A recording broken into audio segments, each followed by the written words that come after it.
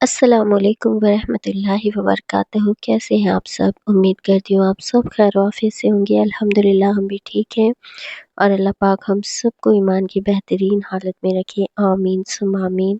तो जी ये जो फ़जर का फुटेज है, जो कि मैंने सुबह फ़जर के वक़्त लिया था और रात में भी कई बार मेरा दिल हो रहा था कि मैं कुछ फुटेज लूँ, फिर मैंने बोली नहीं, मैं अगर इसमें लग जाऊँगी ना तो फिर मतलब शैतान तो बैठे ही रहता है ना हमें बरगलाने के लिए। तो बस मैंने मोबाइल को दूर किया अपने आप से। मैंने बोला सुबह ही इसको हाथ लगाना है और मोबाइल पे मेरा थोड़ा बहुत था भी पढ़ने लिखने का, तो वो मैंने उसी तरीके से यूज़ किया जिस तरह की करना चाहिए और उसके अलावा ना मैंने उसको यूज़ नहीं किया। ख़ैर अल्हम्दुलिल्लाह हमारी रात की इबादत हो गई। जितने भी लोगों ने इस रात को इबादत में गुज़ारा है, अल्लाह पाक उन सब की इबादतों को कबूल और मकबूल फ़रमाए, आमीन सुम्मा आमीन। तो यहाँ मैं सुबह फ़जर के बाद फिर थोड़ी देर के लिए छत पे आई थी, क्योंकि मैं गई थी अपनी अम्मी के यहाँ पे कुछ काम से और 3-4 दिन में फिर मैं अब आई हूँ। तो छत की हालत बहुत ख़राब दिख रही है और दादी आती थी यहाँ पे पौधों में पानी डालने के लिए, लेकिन फिर भी कुछ प्लांट्स ना सूख गए हैं। तो बस वही देख के मुझे बुरा लग रहा था। ख़ैर अब मैं 2-4 दिन कंटिन्यू इनकी थोड़ी देखभाल करूँगी ना, तो ये हफ्ता भर में ना ठीक हो जाएँगे। अच्छा, मैं अपने घर इसलिए गई थी, मेरे पापा की अचानक से तबीयत ख़राब हो गई थी। तो बस कोई तैयारी नहीं थी, कुछ नहीं, बस हारिस को साथ में लिया और हम दोनों बस चल दिए, क्योंकि मेरे शौहर अचानक ऐसे कहीं नहीं जा पाते, क्योंकि पापा को उनकी बहुत ज़रूरत होती, बहुत ज़्यादा ज़रूरत होती है, तो इसलिए पापा को छोड़ के ऐसे ही कहीं भी प्लान बना के हम नहीं निकल सकते।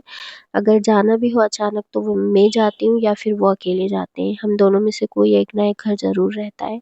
अभी तो फ़िलहाल बाजी हैं घर पे, लेकिन फिर भी उनका भी रहना बहुत ज़रूरी था, तो इसलिए मैं और हारिस चले गए। उसके भी 2 दिन बाद 1 दिन बाद सॉरी 1 दिन बाद फिर ये भी आ गए थे पापा से मिलने के लिए, हाल-चाल लेने के लिए और मिल के ये फिर वापस आ गए तुरंत और मैं वहीं 4-5 दिन के लिए रही थी। तो पापा जब हॉस्पिटल से डिस्चार्ज पापा का हो गया और पापा बिल्कुल ठीक हो गए अल्हम्दुलिल्लाह, उसके बाद फिर मैं अपने घर वापस आई हूँ। तो बस काफ़ी सारे काम हैं जो फैले पड़े हुए हैं, तो अब उनको समेटना है, तैयारियाँ करना है।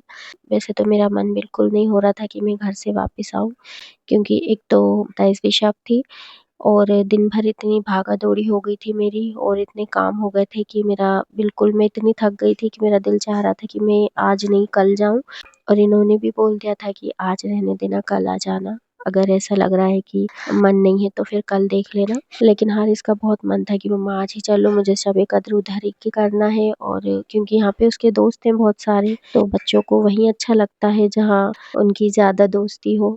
तो बस मस्जिद में नमाज़ के नाम से तो जाते हैं, लेकिन इबादत कम, मस्तियाँ ज़्यादा करते हैं।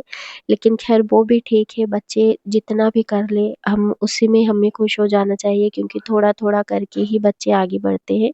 हम सोचें कि एकदम से बच्चे पूरी रात इबादत कर लें और सजदों में ही झुके रहें, हम तो इतना कर नहीं पाते, फिर हम बच्चों से कैसे इतनी सारी उम्मीदें लगा सकते हैं। तो अगर बच्चे नमाज़ पढ़ रहे हैं और थोड़ी बहुत भी अगर वो इबादत में अगर तवज्जो दे रहे हैं ना, अगर इस्लाम में या दीन की बातों में थोड़ा भी ध्यान दे रहे हैं, तो हमें अल्लाह का बहुत शुक्र अदा करना चाहिए और धीरे-धीरे ही बच्चों में आगे ग्रोथ होती है किसी भी चीज़ की। बस रुकना नहीं चाहिए, बच्चों की तारीफ़ करते रहना चाहिए ऐसे कामों में, तो बच्चे और दिल लगाते हैं। ख़ैर फिर यहाँ पे ना अगले दिन मैं यहाँ अपने कामों में लग गई और दही वग़ैरह जमाना था, दही जमाया मैंने, सुबह का खाना बनाया। तो जो रोज़े से हैं उनके लिए नहीं, जो रोज़े से नहीं हैं उनके लिए मैं खाने की तैयारी कर रही हूँ और अल्हम्दुलिल्लाह बहुत अच्छी रात गुज़री और अम्मी के यहाँ से आई तो थोड़ा बुरा भी लग रहा था, लेकिन फिर से अपने कामों को समेटना शुरू कर दिया। जब अम्मी के घर पे रहती हूँ ना, मेरे हाल ऐसे होते हैं कि मैं 1 ग्लास का पानी भी पीने पे ना मेरी जान पे आती है बहुत।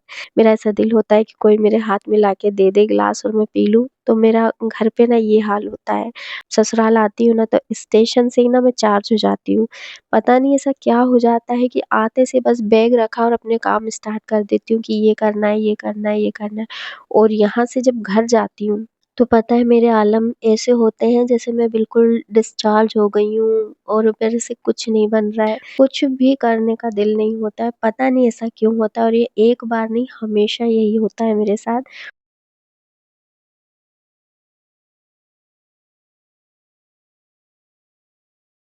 ये मायके की एक अलग ही वो होती है कैफ़ियत, जो कि मेरे ख़्याल से है ना हर किसी के साथ होती है। हाँ, जब हमारी ज़रूरत हो मायके में तब तो हम मेंटली तैयार रहते हैं कि हमें ये करना है। लेकिन अगर ज़िंदगी बिल्कुल नॉर्मल तरीके से गुज़र रही है फिर तो हमें ना इतनी आलसी चढ़ जाती है कि क्या बताएँ। तो बस मायके की बात ही अलग होती है, बिल्कुल रिस्पॉन्सिबिलिटी ज़ीरो रहती है वहाँ पे और बिंदास तरीके से रहना है, किसी बात की कोई फ़िक्र नहीं, कुछ नहीं। ये हर किसी की फीलिंग्स है और ये फीलिंग्स ही अलग होती है। इसका भी अपना ही एक मज़ा होता है। बस अल्हम्दुलिल्लाह मैं अपने घर आ गई और बाकी सारे काम में लग गई और बस अल्लाह पाक सबके माँ-बाप को ना बहुत अच्छी सेहत से नवाज़े और उनका साया हमेशा अपने बच्चों पे सलामत रखे। क्योंकि माँ-बाप जैसी नेमत ना दुनिया में कोई और हो ही नहीं सकती।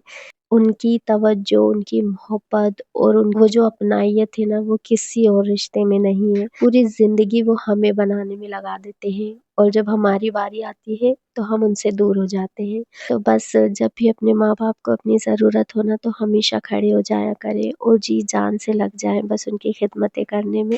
क्योंकि ये मौका भी ना नसीब से ही मिलता है और नसीब वालों को ही मिलता है। तो अल्लाह पाक हम सबके माँ-बाप को बेहतरीन ज़िंदगी अता करे, आमीन सुम्मा आमीन। तो बस जी आज के लिए इतना ही, इंशाल्लाह मिलते हैं अगले वीडियो में। अस्सलामु अलैकुम व रहमतुल्लाहि व बरकातुहू।